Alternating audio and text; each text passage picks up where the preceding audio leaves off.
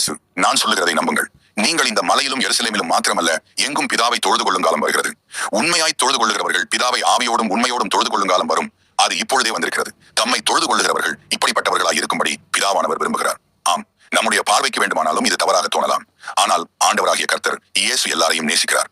நீதிமான் என்று சொல்லிக் கொள்கிறவர்களை அல்ல, பாவியை தேடித்தான் இயேசு இந்த உலகத்திற்கு வந்து தன்னுடைய ஜீவனை தியாகம் செய்து 3ஆம் நாள் உயிரோடு எழுந்து இன்றும் பிதாவுடைய வலது பரிசத்தில் உட்கார்ந்து பரிந்து பேசுகிறார். எல் ஷாடாய் மினிஸ்ட்ரீஸ் இந்தியா சேனலை சப்ஸ்கிரைப் செய்யவும். நன்றி, வணக்கம்.